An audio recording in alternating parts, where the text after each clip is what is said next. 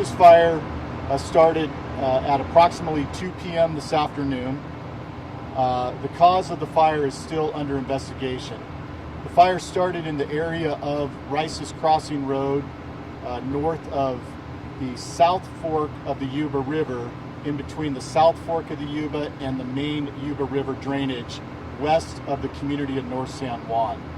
Currently, the fire is burning in brush, oak woodland, and heavy timber in a ridgetop environment between a couple of drainages moving to the north and to the northeast toward the Yuba River drainage.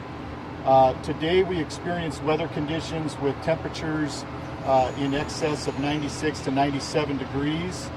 We had relative humidity below 10%, and we had winds that were out of the southwest at 8 miles an hour with gusts up to 13 to 15.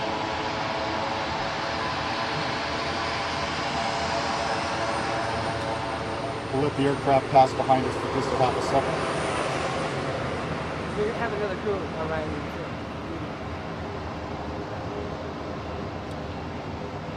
So as you can see behind me here at the Grass Valley Air Attack Base, we've had a tremendous assault from both the ground and aviation resources throughout the burn period today.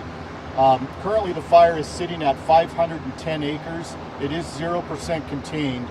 We do have reports that we have structures destroyed, but at this point we don't have a confirmed number on those structures.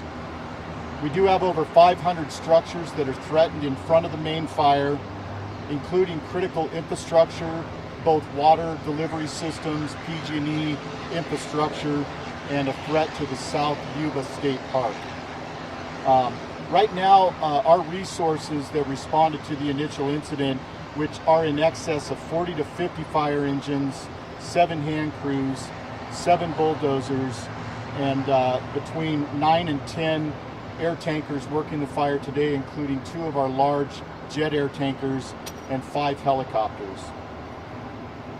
What you can see behind me represents that aviation commitment that we've seen with those aircraft operating out at the Grass Valley Air Attack Base and our partner base down in McClellan, where the heavier air tankers are working. Since the beginning of this incident, we've been in unified command with our good partners here with the Nevada County Sheriff's Office, and we have over 350 people assigned.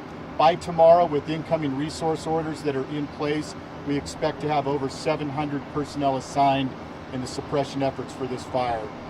Our main efforts in the suppression of this fire right now are to keep it from dropping into the Yuba River drainage. If it does go into the Yuba River drainage and crosses that drainage, it crosses into Yuba County from Nevada County, and we could have some tremendous impacts to the communities of Dobbins, Oregon House, and Brownsville. So at this time, I'm going to turn it over to my partner, Sheriff Shannon Moon, to talk about evacuations and road closures. Thank you, Chief. Again, we are in unified command with CAL FIRE on this fire, the Rice's fire. And first and foremost, I want to recognize and acknowledge the community that's being affected by this fire. We understand the stress that wildfires have in the communities that you live. We understand the importance of when we make these evacuation orders, we don't make them lightly. We want to make sure that folks do have time to evacuate so that we have no loss of life. So at the Sheriff's Office, we currently have our fairgrounds at the McCourtney Road open to animal shelters. You can call our dispatch center for transportation needs if you have any transportation needs for your animals. And that dispatch number, public number, is 530-265-7880. Madeline Helling Library is open for residents as a temporary shelter location. We currently have 15 people at the Madeline Helling Library being assisted. We currently have evacuation orders in 4 of our zones. We are a zone haven county. We've done that last year to help us speed up in our evacuations. So the orders that we have in place currently, it's approximately 355 structures of improved parcels that we know of in our 4 zones.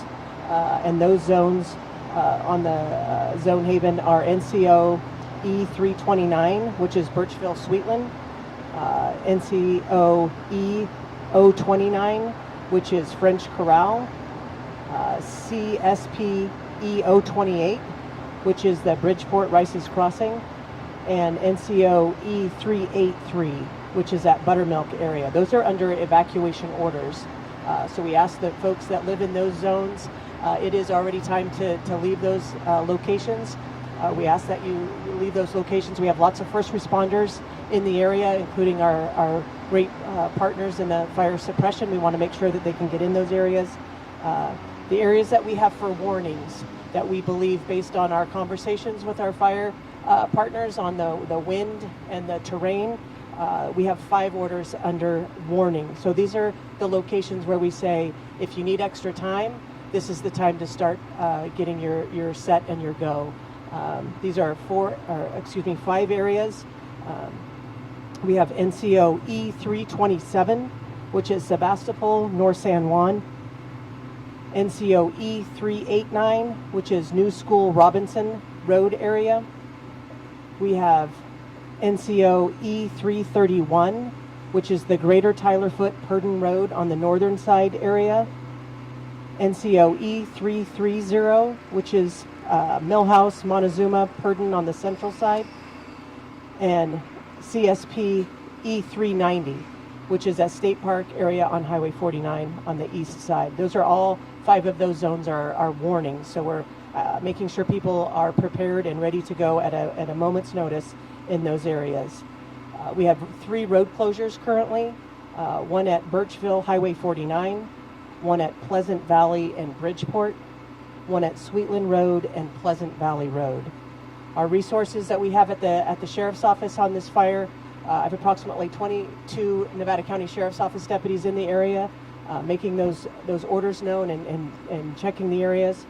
And we've also received great mutual aid response from our partners from the California Highway Patrol, California State Parks, our Placer County Sheriff's Office partners, and the Roseville Police Department are all out in those areas. Whenever we have an evacuation order area, we make sure that we have lots of law enforcement personnel in the areas to make sure that the people that are in that area are supposed to be there. We want to make sure that we don't have any looting, we don't have any issues with people that have been evacuated for their homes. We're going to be there all night, and we'll be right in unified command with the fire department. So we'll head it back over to Chief Estes. Thank you, Sheriff. And I just want to reiterate and kind of echo a few of the words that the Sheriff said earlier, and that is, just our commitment to unified command in this county, our commitment to aggressive initial attack. We are one of the few large dynamic incidents going on right now in the state, so the support that we've received from our North Region Operations Center and the mutual aid resources from our local partners as well as regionally through the OAS system has been tremendous and very much appreciated in our success toward this effort. So our as the Sheriff said, the Nevada County Fairgrounds on McCourtney is being opened for our base camp operations, our incident command posts in unified command, and it will be the base for public information starting tomorrow morning. Briefing will be at 0700 at the Nevada County Fairgrounds. And at this point, I'll open it up for any questions for either myself or Sheriff Moon. Can you talk about the overnight weather forecast and firefighting conditions? Yeah, great question. The question was, what are we expecting as far as the overnight weather conditions? As I said earlier, we were seeing a very typical hot weather pattern through the heat of the day today. 96 to 98 degrees, 10% humidity, southwesterly winds. We will see some slight humidity recovery, and that'll be really critical to our suppression efforts, and our temperatures will obviously go down.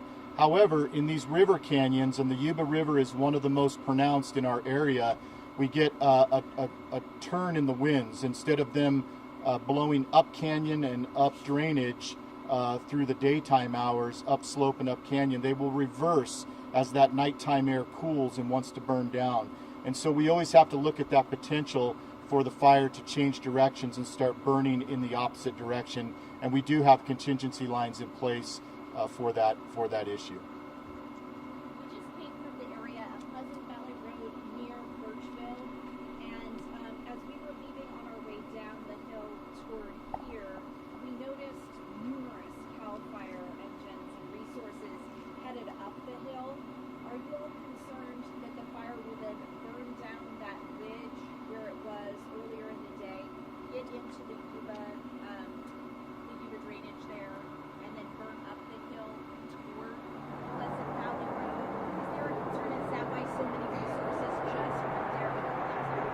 Well, I think we're concerned that when we look at all our contingency plans, and Pleasance Valley Road and the community of North San Juan is definitely within our planning cycle right now and awareness.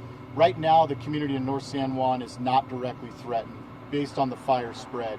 We're moving equipment both up Pleasance Valley Road from the Penn Valley area and around from the top end down Birchfield and Pleasance Valley from the Highway 49 side in North San Juan. So a lot of that is about access and just getting to tactical areas.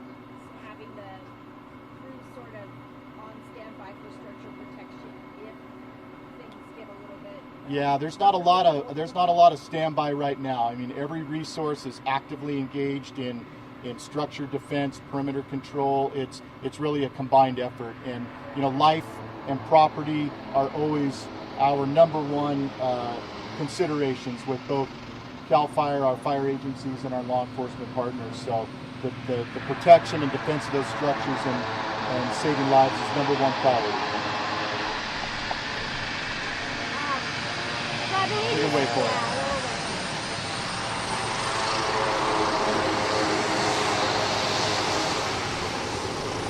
These aircraft will fly probably in excess of 40 to 50 sorties out of this air attack base.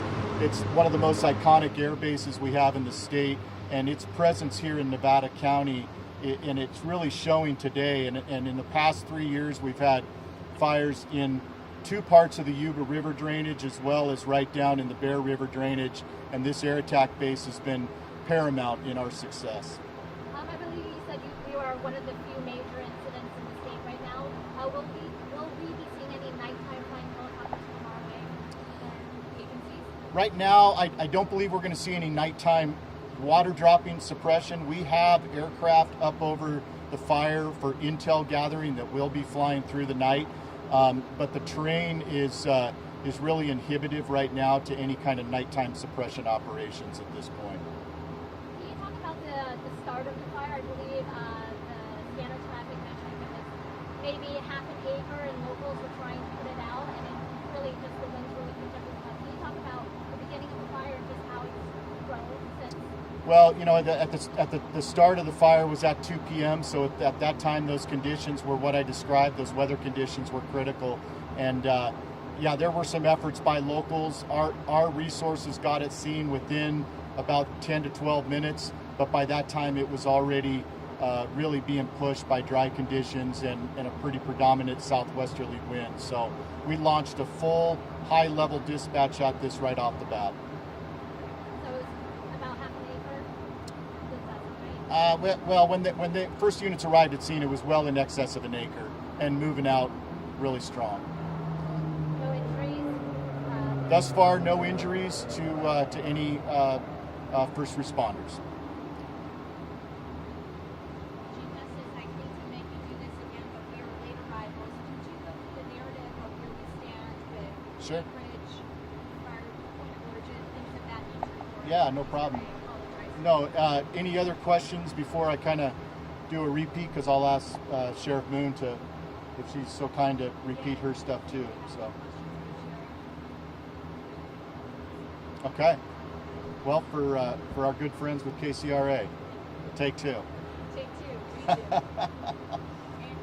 So again, my name is Brian Estes. I'm the CAL FIRE Unit Chief for the Nevada Yuba Placer Unit.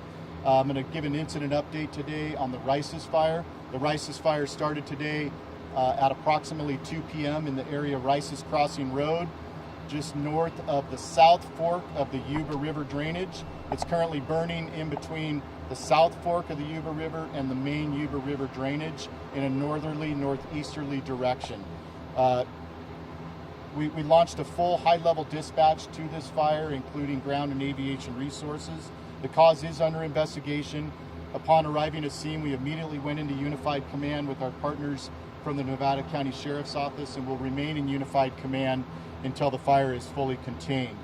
Currently, the fire is 510 acres. It's 0% contained. There are reports of structures that have been destroyed, but we do not have any firm numbers on that right now. We have over 500 structures that are threatened in front of the main fire, and we have critical infrastructure threats, including water delivery systems, high-tension PG&E power lines, and a threat to the South Yuba State Park.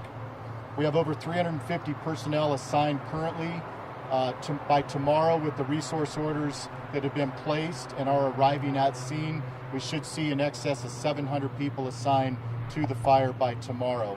And we will be moving the incident command post and base to the Nevada County Fairgrounds with briefing tomorrow at 0700 hours.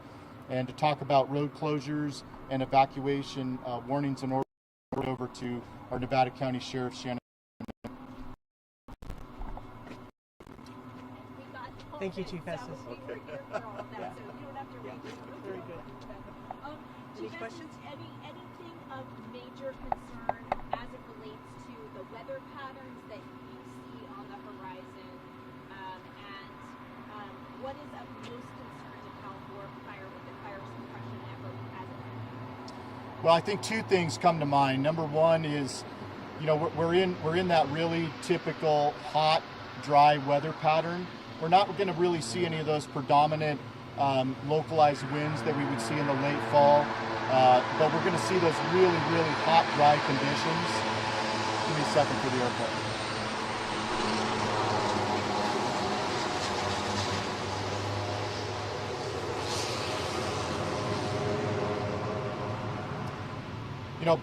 Probably the biggest concern for me with that weather pattern is that it's still the end of June.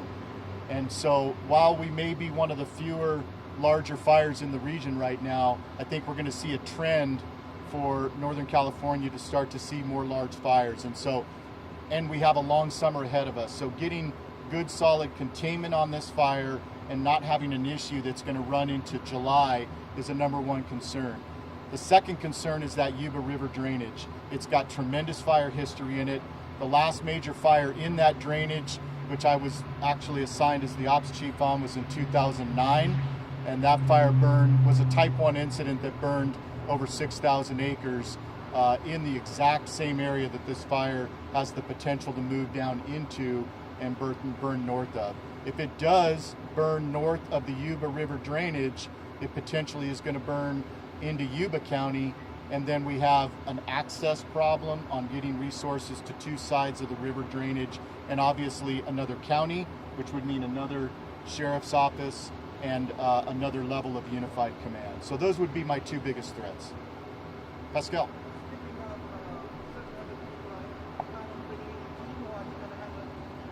Great question. So Pascal just asked if we're bringing in one of our Type 1 teams.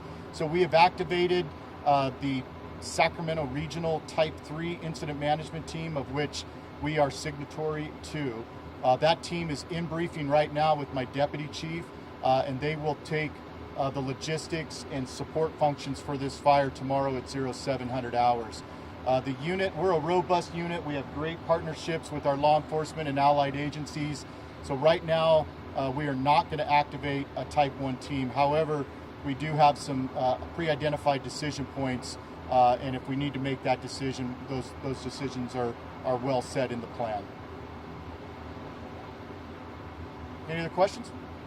Okay, well, thank you very much. We appreciate you coming and getting the incident update tonight.